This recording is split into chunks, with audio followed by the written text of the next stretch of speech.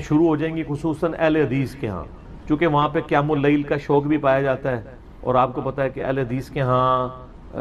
رات کے آخری پہر میں بھی تراویح پڑھنے کا یا قیام اللیل کا ایک شغف پایا جاتا ہے عرب ملکوں میں بھی، اور خصوصاً جو لوگ اعتکاف بیٹھے ہوتے ہیں تو وہاں پہ اکثر یہ بحثیں چھڑ رہی ہوتی ہیں کہ جی جنہوں نے آخری پہر اٹھ کے قیام اللیل کرنا ہے وہ ابھی تراویح یا قیام اللیل امام کے ساتھ نہ کریں، کیونکہ پھر وہ رکعتیں بڑھ جائیں گی، اور پھر وطر چھوڑ دیں، صبح قیام اللیل کر لیں کیونکہ وطر کو آخری نماز بناؤ۔ یہ کہانیاں ہر دفعہ آپ کو پتہ ہے، میں نے تو سارے مسالک پھرے ہیں، مجھے کلچرلی پتہ ہے کہ کس کس مسلک کے اندر کون کون سی کہانیاں چل رہی ہوتی ہیں۔ تو میرے بھائیو، صحیح بخاری اور مسلم کی متفق علیہ حدیث ہے کہ آپ صلی اللہ علیہ وآلہ وسلم نے فرمایا کہ اپنی رات کی آخری نماز کو وطر بناؤ۔ اور ایک اور حدیث ہے بخاری اور مسلم کی کہ آپ صلی اللہ علیہ وآلہ وسلم نے ارشاد فرمایا کہ رات کی نفلی نماز 2 رکعت ہے، جب تمہیں صبح کا اندیشہ ہو تو ایک رکعت ملا لو، وہ ساری کو طاق کر دے گی، وطر کر دے گی۔ وطر عربی میں کہتے ہیں طاق کو، آڈ کو انگلش میں۔ تو صحیح بخاری میں حدیث ہے نا کہ اللہ وطر ہے اور وطر کو پسند فرماتا ہے، یعنی اللہ بھی تو آڈ ہے نا، ایک ہے نا، تو اللہ کو وطر پسند ہے۔ تو ایک رکعت وہ سب کے سب کو وطر بنا دے گی، یعنی وہ ساری کی ساری نماز جو ہے وہ ایون میں جب آپ ایک رکعت ایڈ کریں گے وہ خود بخود آڈ بن جائے گی، کیونکہ عشاء کے 4 فرض ہیں، اس کے بعد 2 سنتیں ہیں۔ عشاء سے پہلے 2 سنتیں بھی پڑھ سکتے ہیں، 4 بھی پڑھ سکتے ہیں، 6 بھی، جتنے مرضی پڑھیں، پہلے والی تو کوئی قید نہیں ہے۔ وہ ساری نماز رہتی تو ایون ہی ہے، وہ وطر ہی اس کو پوری نماز کو طاق کرتا ہے، آڈ کر دیتا، وطر کر دیتا۔ اب یہ جو حدیث ہے کہ اپنی رات کی آخری نماز کو وطر بناؤ، اس کے 2 مطلب ہو سکتے ہیں۔ ایک تو ڈائریکٹ مطلب ہے کہ وطر آخر میں ادا کرو، اور اس کو سپورٹیو وہ حدیث بھی ہو جاتی ہے کہ 2 جمع 2 جمع 2 اینڈ پہ 1 پڑھ لو، لیکن اس میں الفاظ ہے کہ جب صبح کا اندیشہ ہو جائے، یعنی بالکل آخری پیر میں، تو ظاہر جب آپ آخری پیر میں اٹھے ہوئے ہیں اور آپ نے رات کو وطر نہیں پڑھا ہوا تو وطر تو اینڈ بھی پڑھنا چاہیے، بالکل ٹھیک ہے۔ دوسرا معنی اس کا یہ ہو سکتا ہے کہ اپنی رات کی نماز کو وطر بناؤ، یعنی الٹیمیٹلی تمہاری نماز رات کی طاق ہی ہونی چاہیے at the end of the day یا at the end of the night. یہ جو دوسرے والا مطلب ہے نا، یہی صحیح مطلب ہے، پہلے والے مطلب کو احادیث سپورٹ نہیں کرتی۔ اگرچہ الموطا امام مالک میں عبداللہ بن عمر رضی اللہ تعالیٰ عنہما کے بارے میں آتا ہے کہ اگر وہ رات کو عشاء کی نماز کے ساتھ وطر پڑھ لیتے تھے نا، اور پھر وہ رات کو اٹھتے تو وہ ایک دفعہ اور وطر پڑھتے تاکہ رات کو کی نماز کو ایون کر دیں، اس کے بعد پھر وہ دوبارہ سے نوافل پڑھنا شروع کر دیتے جتنے بھی توفیق ہو، اور اینڈ پہ جا کے دوبارہ سے وطر پڑھ لیتے، یعنی وہ رات میں 3 وطر پڑھتے، ایک رات کو پڑھ کے سوئے ہوئے ہوتے،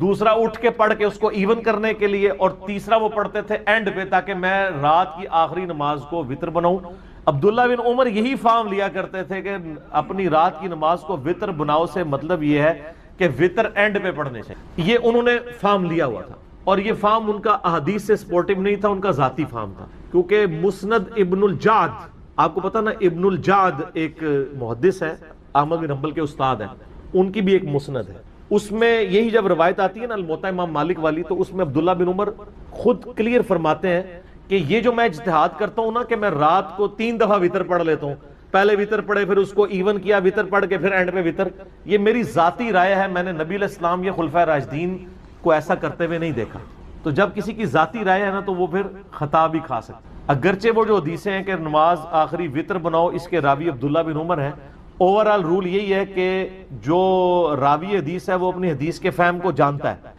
لیکن یہاں راوی حدیث خود کہہ رہا ہے کہ یہ فہم میں جو بنا رہا ہوں نا نبی علیہ السلام سے نہیں میں نے سیکھا، میرا ذاتی ہے، تو سر غلطی ہو جاتی ہے، اور اس مسئلے میں ان کو ہوگی غلطی۔ اس کی وجہ یہ ہے کہ ابو داؤد کے اندر اور جامعہ ترمذی کے اندر ایک حدیث موجود ہے کہ نبی صلی اللہ علیہ وآلہ وسلم نے فرمایا ایک رات میں 2 دفعہ وطر ادا نہیں کیے جا سکتے۔ تو عبداللہ بن عمر تو 3 بار پڑھتے تھے، ہو سکتا ہے ان کے علم میں یہ حدیث نہ ہو، وطر ایک ہی دفعہ رات کو پڑھنا ہے، اور یہ حدیث پوری آپ کو ڈیٹیل سے ملے گی ابو داؤد کے اندر۔ امام ترمذی تو اتنی حدیث لے کے آئے، اور ساتھ امام ترمذی نے پھر کمنٹس کیے ہیں، سر کمال۔ امام ترمذی حدیث لے کے پھر بتایا کہ علماء اور صحابہ میں اختلاف پایا جاتا ہے اس حدیث کے تحت کہ چونکہ رات میں وطر 2 دفعہ نہیں پڑھے جا سکتے، لہٰذا وہ کہتے ہیں وہ جو حدیثیں ہیں کہ نماز کو آخری نماز کو وطر بناؤ، تو اس کا مطلب یہ ہے کہ اگر کوئی یہ مطلب لیتا ہے، ان کا بعض لوگ یہ مطلب لیتے ہیں کہ وطر کے بعد کوئی نماز ایڈ نہیں کر سکتے، کہتے ہیں لیکن دوسرے لوگوں کا موقف یہ ہے کہ وطر کے بعد اگر کوئی نماز ایڈ بھی کر لے تو وطر ٹوٹے گا نہیں، کیونکہ اگر کسی نے رات کو 3 وتر پڑھ کے سویا تھا، عشاء کے 4 فرض اور 2 سنتیں کتنی ہوگی 6 اور 3 وتر کتنے ہو گئے 9، اس کے بعد رات کو اٹھ کے وہ 2 نفل پڑھ بھی لے تو کتنی ہوگی ٹوٹل 11، تو وتر تو نہیں ٹوٹا، وتر ہی رہا، 2 اور پڑھ لے 13، جتنی مرضی پڑھتا جائے وتر ٹوٹے گا نہیں۔ تو امام ترمذی کہتے ہیں ایک فہم یہ ہے، اور امام ترمذی کہتے ہیں یہی فہم صحیح ہے، اور وہ کہتے ہیں یہ فہم اس لیے بھی صحیح ہے کہ خود نبی علیہ السلام بھی وتر کے بعد 2 نفل پڑھا کرتے تھے، اور پھر وہ آگے حدیثیں لے کے آئے کہ سیدہ ام سلمہ اور سیدہ عائشہ صدیقہ رضی اللہ تعالی عنہا سے روایت ہے کہ نبی صلی اللہ علیہ وآلہ وسلم وتر کی نماز کے بعد 2 نفل پڑھا کرتے تھے۔ اور یہ جو حدیث ہے نا ترمذی میں، یہ حدیث صحیح مسلم میں بھی موجود ہے۔ صحیح مسلم میں حدیث ہے کہ سیدہ ام سلمہ سلام اللہ علیہا کہتی ہیں کہ نبی علیہ السلام ہمیشہ وتر کی نماز کے بعد 2 نفل بیٹھ کے پڑھا کرتے تھے۔ اور صحیح مسلم میں ہی ہے کہ اما عائشہ رضی اللہ تعالیٰ عنہا و سلام اللہ علیہا کہتی ہیں کہ ان سے کسی نے آ کے پوچھا کہ نبی علیہ السلام کا اخلاق کیسا تھا، انہوں نے کہا قرآن نہیں پڑھتے، قرآن ہی نبی علیہ السلام کا اخلاق تھا۔ پھر اس نے پوچھا کہ نبی علیہ السلام کی رات کی وتر کی نماز کیسی تھی، تو وہ کہتی ہیں کہ نبی علیہ السلام 9 رکعت وتر پڑھا کرتے تھے، جس میں 8ویں رکعت میں بیٹھتے تھے، اس کے بعد اس میں 8ویں رکعت میں درود شریف دعاؤں کے بعد پھر کھڑے ہو جاتے تھے، پھر 9ویں میں بیٹھ کے درود شریف دعاؤں کے بعد سلام پھیر دیتے تھے، اور پھر اس کے بعد 2 نفل بیٹھ کے پڑھا کرتے تھے۔ پھر جب آپ بوڑھے ہو گئے تو پھر آپ علیہ السلام نے 7 رکعتیں پڑھنا شروع کر دی وتر کی، اور جس میں آپ 6ٹھی رکعت میں بیٹھتے تھے اور 7ویں رکعت میں، اور پھر سلام پھیرنے کے بعد 2 نفل بیٹھ کے پڑھا کرتے تھے۔ تو وہ جو امام ترمذی نے لکھا وہ صحیح مسلم میں بھی موجود ہے، دونوں حدیثیں ام سلمہ سے بھی اور اما عائشہ سے، کہ نبی علیہ السلام وتر کے بعد 2 نفل بیٹھ کے پڑھا کرتے۔ اچھا، یہ ترمذی کی ڈیٹیل میں نے آپ کو یہ حدیثیں بتا دی۔ یہ جو حدیث ہے نا کہ ایک رات میں 2 دفعہ وتر نہیں پڑھ سکتے، جس کی بنیاد پہ میں نے عبداللہ بن عمر کے موقف کو، ان کے اجتہاد کو غلط ڈکلیئر کیا، اور امام ترمذی بھی ایون غلط ڈکلیئر کرتے ہیں۔ یہ حدیث ابو داؤد میں پوری ہے سیدنا طلق ابن علی سے، یہ مشہور صحابی ہیں۔ حدیث اس طرح کہ طلق ابن علی کے بارے میں ایک تابعی کہتے ہیں کہ وہ ہمارے گاؤں میں آئے، انہوں نے آ کے ہمیں نماز پڑھائی، رمضان کا قیام کروایا، اور انہوں نے قیام رمضان کے بعد وتر بھی ہمیں پڑھائے۔ اس کے بعد وہ اپنے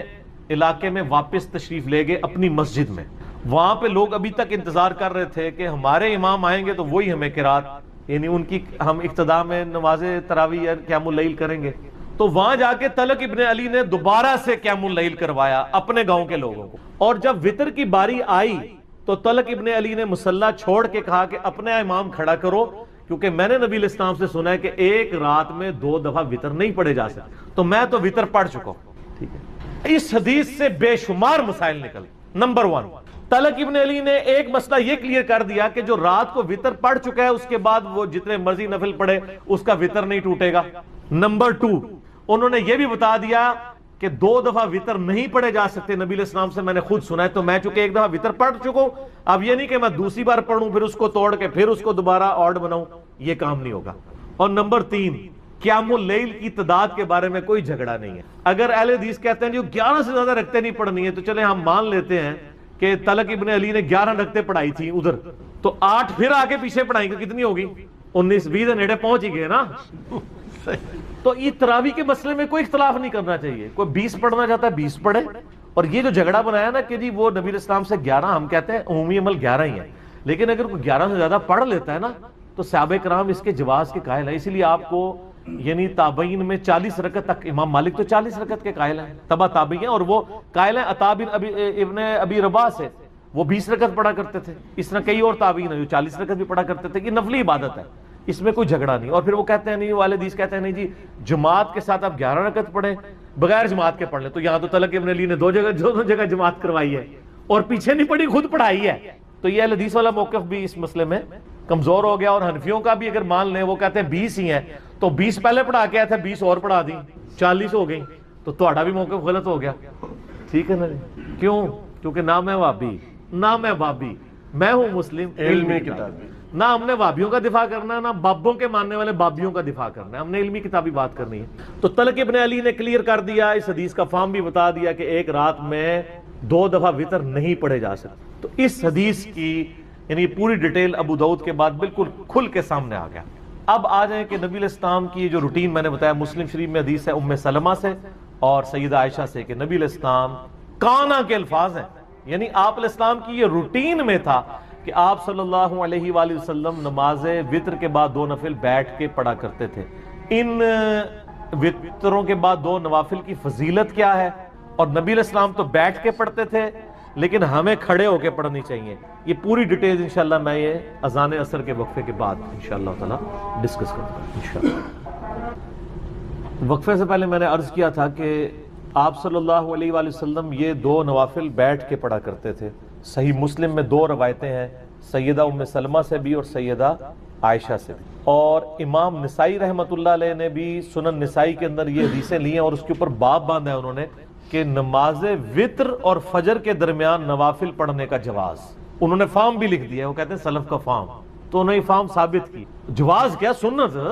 انہی احادیث کو انہوں نے دلیل بنایا۔ اب بیٹھ والا مسئلہ کہ کھڑے ہو کے پڑھنا ہے یا بیٹھ کے، دیکھیں صحیح بخاری میں حدیث ہے، نبی علیہ السلام نے فرمایا جو شخص کھڑے ہو کے نماز پڑھتا ہے نا، اس کے مقابلے میں جو بیٹھ کے پڑھتا ہے اس کو آدھا ثواب ملتا ہے، اور جو لیٹ کے پڑھتا ہے اس کو بیٹھنے سے بھی آدھا ملتا ہے۔ مجبوری کی وجہ سے بعض اوقات کرنا پڑ جاتا ہے، لیکن اگر مجبوری نہ ہو، جو کھڑے ہو کے نماز پڑھ سکتا ہے اسے کھڑے ہو کر ہی پڑھنی چاہیے۔ رہا نبی علیہ السلام کا معاملہ، یہ صوفیاء نے زیادہ ہنگامہ کھڑا کیا، آپ نے دیکھا ہے کہ جو صوفیاء کے ماننے والے ہیں وہ ضد کرتے ہیں کہ وہ وتر کے بعد 2 نفل بیٹھ کے پڑھتے ہیں، کہتے ہیں سنت ہے، لیکن حکم جو ہے وہ سنت پہ فوقیت رکھتا ہے۔ صحیح مسلم میں حدیث ہے، عبداللہ بن عمر بن عاص کہتے ہیں کہ میں نے نبی علیہ السلام کو دیکھا کہ آپ بیٹھ کے نفل پڑھ رہے ہیں، تو میں آپ کے قریب گیا، آپ کے ماتھے پہ ہاتھ رکھا میں نے، یہ سنت بھی ہے کسی کی طبیعت چیک کرنے کے لیے،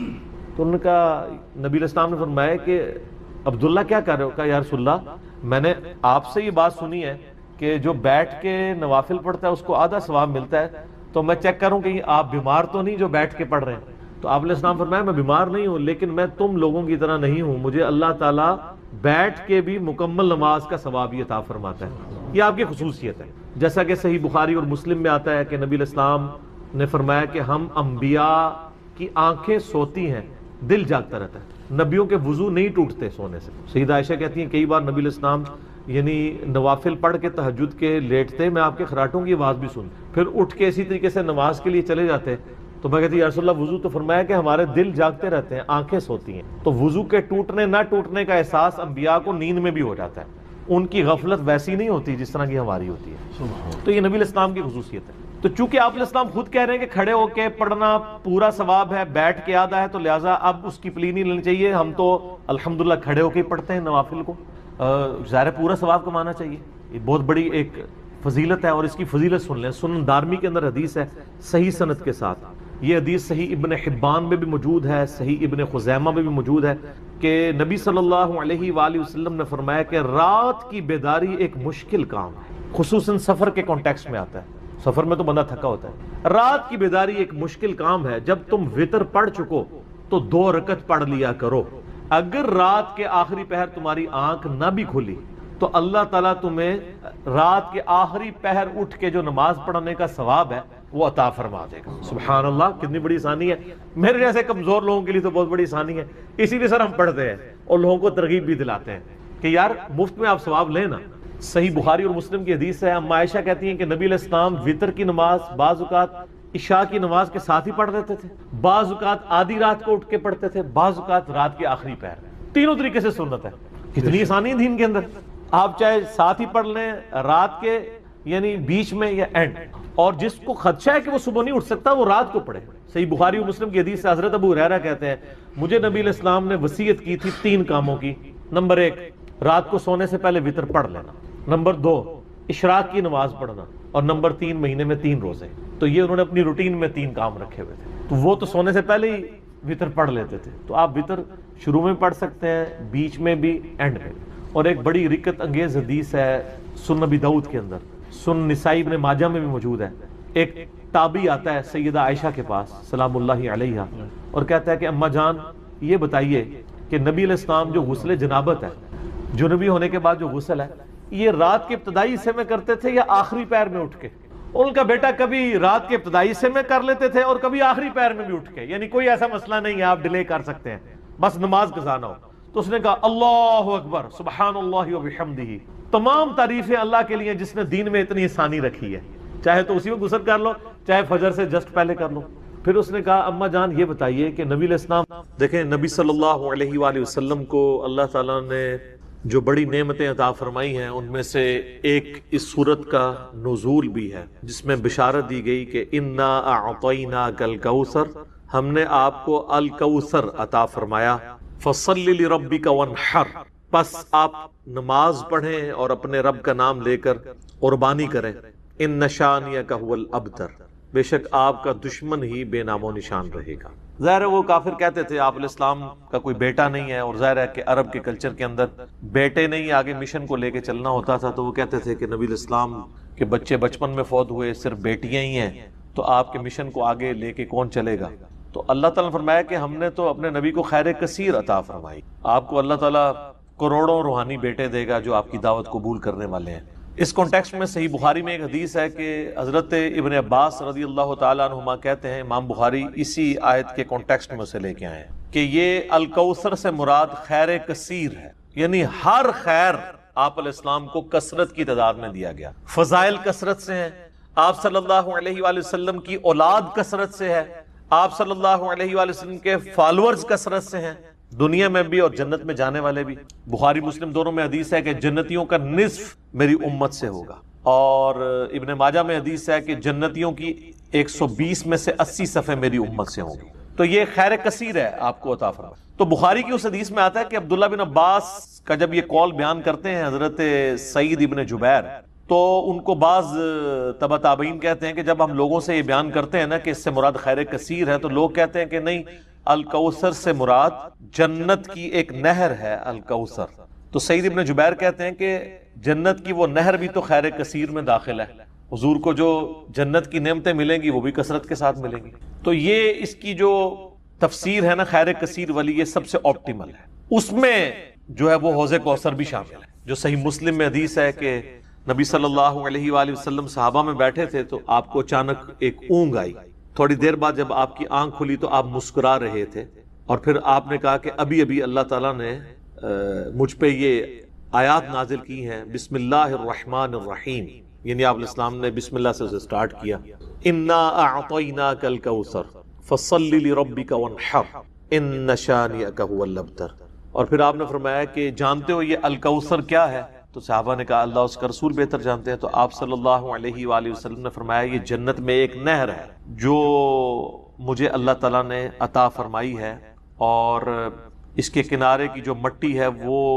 کستوری سے زیادہ خوشبودار ہے، اور اس کے برتن آسمان کے ستاروں کے برابر ہیں۔ اور صحیح بخاری میں آتا ہے کہ شب معراج جب نبی علیہ السلام جنت میں سیر کر رہے تھے تو وہاں آپ کو ایک نہر دکھائی گئی، اور جبرائیل علیہ السلام نے کہا کہ یہ وہ الکوثر ہے جو آپ کو اللہ تعالیٰ نے عطا کی ہے۔ اور آپ صلی اللہ علیہ وآلہ وسلم کے الفاظ ہیں بخاری مسلم دونوں میں کہ اس کا جو مشروب ہے وہ دودھ سے زیادہ سفید، شہد سے زیادہ میٹھا، اور اس کی خوشبو کستوری کی خوشبو سے زیادہ ہے، اور جو کوئی ایک دفعہ میرے حوض کوثر سے وہ مشروب پی لے گا اسے کبھی بھی پیاس نہیں لگے۔ جنت میں جو انسان کھائے پیے گا نا وہ بھوک کی وجہ سے نہیں، ذہن میں رکھے گا، بھوک ایک عیب ہے، پیشاب ایک عیب ہے، نیند ایک عیب ہے، اسی لیے یہ تینوں چیزیں جنت میں نہیں ہیں۔ جنت میں انسان کھائیں گے لذت لینے کے لیے، پیشاب نہیں ہوگا، بخاری مسلم میں الفاظ ہیں خوشبودار ڈکار آئے گی، سارا کھانا ہضم۔ تو جنت چونکہ نعمتوں کا نام ہے، کوئی کمزوری نہیں، وہاں پہ نیند بھی نہیں ہے۔ یہاں پہ تو ہم نیند کیوں یوز کرتے ہیں؟ تاکہ ہم نیکسٹ 24 گھنٹے میں پرفارم کر سکیں، یہ بلکہ بیٹری چارج ہوتی ہے۔ وہ میری خالہ جو ہے نا وہ بڑے پیارے الفاظ استعمال کرتی ہیں، ان کی بیٹیاں جب چھوٹی تھی نا تو سوئی ہوتی تھی نا تو کون سے پوچھتا تھا بیٹیاں کتنے، کہتے ہیں چارجنگ تے لائی ہیں، کیونکہ بچے جب اٹھتے ہیں نا پھر تو آپ ان کو سنبھال بیٹھے، جب تک یہ سونا نہ جائیں سکون نہیں آتا۔ تو وہ جو سوتے ہیں نا وہ چارجنگ پہ لگے ہوئے ہوتے ہیں، پھر جیسے صبح انہوں نے اٹھنا نا اٹھلی اوپرلی کر دینی ہے۔ تو قیامت میں جنت والے دن آپ کو جنت میں چارجنگ کی ضرورت نہیں ہے، بلکہ نیند وہاں پہ ضرورت ہی نہیں، اللہ تعالیٰ نے ویسے ہی انسان کو اتنی انرجی دی ہوئی ہوگی۔ تو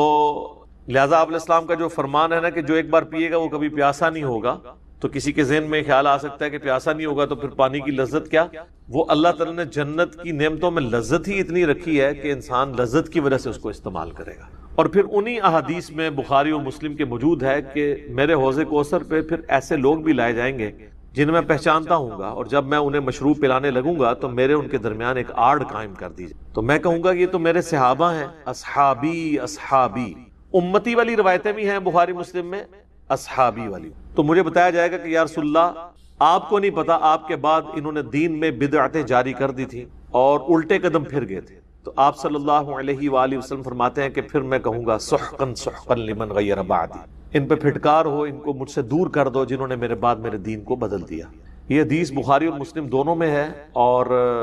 حوض کوثر والے چیپٹر میں امام مسلم اسے لے کے آئے ہیں، بخاری میں بھی موجود ہے۔ اس حدیث پہ کامنٹس ہیں عبداللہ ابن ابی ملیکہ تابعی کے، وہ جب بھی حدیث بیان کیا کرتے تھے تو وہ کہا کرتے تھے اے اللہ ہم تجھ سے یہ دعا کرتے ہیں کہ تیرے نبی کی وفات کے بعد ان کے دل سے الٹے قدم نہ پھریں، آمین ثم آمین۔ تو اللہ تعالی ہمیں حوض کوثر پہ آپ صلی اللہ علیہ وآلہ وسلم کے مبارک ہاتھوں سے مشروب نصیب فرمائے۔ یہ دعا انسان کو اپنے لیے کرنی چاہیے، ظاہر ہے کہ وہ اہل جنت ہوں گے۔ اور بخاری مسلم میں کہ اس کے جو برتن ہیں نا، وہ برتن ہی آسمان کے ستاروں کے برابر اس کی تعداد ہے۔ پورا ایک نقشہ کھینچا گیا، آپ مشکات کی 30 جلد میں حوض کوثر اور شفاعت والا چیپٹر نکالیں تو آپ کو وہ ساری احادیث مل جائیں گی۔ ترمذی اور ابن ماجہ میں ایک وہ حدیث بھی بڑی مشہور ہے جو حضرت انس بن مالک کہتے ہیں کہ یا رسول اللہ کیا آپ میری شفاعت کریں گے؟ تو آپ فرمایا میں کروں گا۔ تو یا رسول اللہ قیامت والے دن میں آپ کو کہاں تلاش کروں؟ تو آپ علیہ السلام فرمایا میزان عمل پہ آ جانا، جہاں میرے امتیوں کے نام مال تل رہے ہوں گے۔ یا رسول اللہ وہاں نہ پاؤں؟ تو فرمایا حوض کوثر پہ آ جانا۔ عرض کی وہاں پہ بھی نہ پاؤں؟ تو فرمایا پھر پولیس رات پہ آ جانا۔ کہا وہاں پہ بھی نہ پاؤں؟ تو آپ فرمایا میں ان 3 جگہوں کے سوا کہیں اور نہیں ہوں گا، یا میں حوض کوثر پہ ہوں گا اپنے پیاسے امتیوں کو مشروب پلا رہا ہوں گا، یا پھر میزان عمل پہ ہوں گا شفاعت کے لیے، یا پھر میں پولیس رات پہ ہوں گا اپنے امتیوں کے لیے سلامتی کی دعا کرنے۔ تو یہ 3 جگہیں ہیں جہاں پہ آپ صلی اللہ علیہ وآلہ وسلم کو قیامت والے دن تلاش کیا جا سکتا انشاءاللہ تعالی۔ تو یہ حوض کوثر میں وہ خیر کثیر جو ہر طرح کی آپ کو عطا کی گئی وہ بھی شامل ہے، اور اسپیسیفکلی حوض کوثر جو ہے وہ بھی، حتیٰ کہ جو بخاری اور مسلم میں حدیث ہے، آپ نے اپنی وفات سے 1 مہینے پہلے خطبہ دیا تھا غزوہ احد کے شہداء پر، جو آپ نے نماز جنازہ دوبارہ پڑھی تھی 8 سال بعد۔ اس میں الفاظ ہیں، آپ نے فرمایا کہ میرا ممبر جو ہے وہ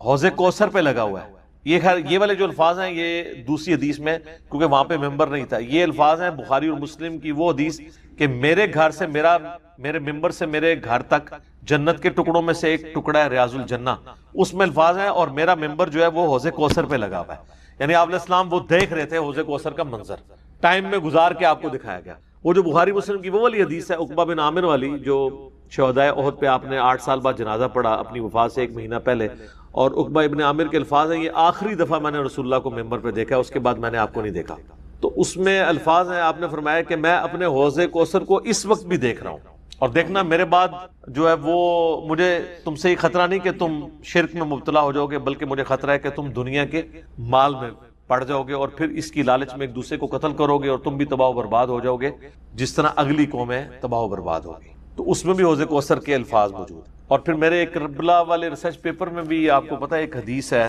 جو میں نے حوض کوثر کا ذکر اس حدیث کے اندر بھی موجود ہے، جب وہ سنن ابی داؤد کی ایک حدیث ہے نا، وہ عبید اللہ ابن زیاد کے پاس ایک وہ آتا ہے، ہاں یہ ابو داؤد کے اندر 4749 ہے۔ ابو طالوت تابعی کہتے ہیں کہ میں ابو برزہ کو میں نے دیکھا کہ وہ گورنر یزید عبید اللہ ابن زیاد کے پاس آئے جبکہ وہ دسترخوان پر تھا، تو اس نے ابو برزہ کو آتے ہوئے دیکھا اور کہا کہ یہ تمہارا ٹھگنا محمدی ہے۔ استغفر اللہ، ان کا قد چھوٹا تھا تو ان کا اے گینڈا محمدی، یعنی محمدی اس نے اس لیے کہا کہ وہ حضور کا صحابی تھا۔ تو یہ کتنی سخت توہین کی عبید اللہ ابن زیاد نے۔ یہ وہی خبیث ہے جس کے بارے میں بخاری میں 3748 نمبر حدیث ہے، جس میں امام بخاری نے حسین کے ساتھ علیہ السلام لکھا ہے کہ یہ حضرت حسین کے حسن میں کلام کرنے لگا تو انس بن مالک نے کہا کہ رسول اللہ کے سب سے زیادہ مشابہت رکھنے والے حسین تھے۔ یہ وہی عبید اللہ ابن زیاد ہے۔ تو یہ صحابہ کے گستاخ ہیں، آل امیہ ہیں، یہ بنو امیہ کے خدمتگار۔ تو اب آپ دیکھیں جب اس نے یہ بات کی نا تو حضرت ابو برزہ اس کی تنزیہ بات کو سمجھ گیا، آپ نے فرمایا مجھے گمان نہیں تھا کہ میں ایسے لوگوں کے دور حکومت تک زندہ رہوں گا جو مجھے رسول اللہ کی صحبت پر آر دلائیں گے، کہ میری زندگی میں یہ وقت بھی آنا ہے کہ رسول اللہ کی وجہ سے ہمیں پوری دنیا پہ غلبہ ملا، اور اس غلبے کی حکومت کو جو لوگ انجوائے کر رہے ہیں عرب کے بدو، یہ رسول اللہ سے میری نسبت پہ مجھے آر دلائیں گے، کہ مجھے کہہ رہے ہیں کہ ٹھگنا محمدی، پنجابی سے کہتے ہیں گینڈا محمدی، نعوذ باللہ۔ تو اب اس نے فوراً پینترا بدلا، وہ کہنے لگا کہ محمد صلی اللہ علیہ وسلم کی صحابیت تمہارے لیے باعث زینت ہے، آر کا سبب نہیں۔ پھر کہنے لگا کہ میں نے تمہیں اس لیے بلوایا ہے کہ تم سے حوض کوثر کے بارے میں پوچھوں، کیا تم نے رسول اللہ سے اس کے بارے میں کچھ سنا ہے؟ تو ابو برزہ نے فرمایا ہاں، نہ ایک بار، نہ دو بار، نہ تین بار، نہ چار بار، نہ پانچ بار، میں نے کئی مرتبہ رسول اللہ صلی اللہ علیہ وآلہ وسلم سے حوض کوثر کے بارے میں سنا، اور جو حوض کوثر کو نہ مانے اللہ تعالیٰ اسے اس کا پینا نصیب ہی نہ فرمائے۔ اور پھر سیدنا ابو طالوت کہتے ہیں کہ سیدنا ابو برزہ رضی اللہ تعالیٰ عنہ غصے کی حالت میں وہاں سے تشریف لے گئے، انہوں نے بدعا دی کہ جو حضور کے حوض کوثر کو نہیں مانتا اللہ تعالیٰ اس کو حوض کوثر نصیب ہی نہ کرے۔ تو حوض کوثر جو ہے ایک ریالٹی ہے، اور قیامت والے دن کی چند بڑی ایکٹیویٹیز جو انسان کے لیے تسکین کا باعث ہیں، ان میں سے ایک عرش کا سایہ، اسی طریقے سے یہ حوض کوثر اس گرمی کے اندر اللہ تعالیٰ کی نعمتوں میں سے بڑی نعمت ہے، ہم سب کو نصیب فرمائے، آمین ثم آمین۔ ٹھیک ہو گئی؟